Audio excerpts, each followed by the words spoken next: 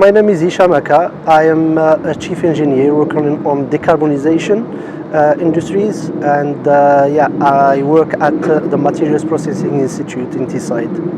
So we are here at the hydrogen bulk storage area. And today signs the first day where we installed the hydrogen compound.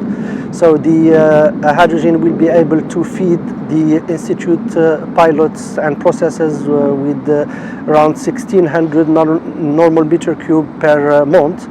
And we are looking at upscaling it ultimately to 16,000 normal meter cube per month when we will inquire more processes and new equipment.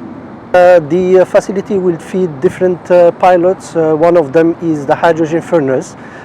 So the aim will be to demonstrate the decarbonization transition to low carbon fuels safely and with the low risk, and this will have a huge benefit to our partners and clients.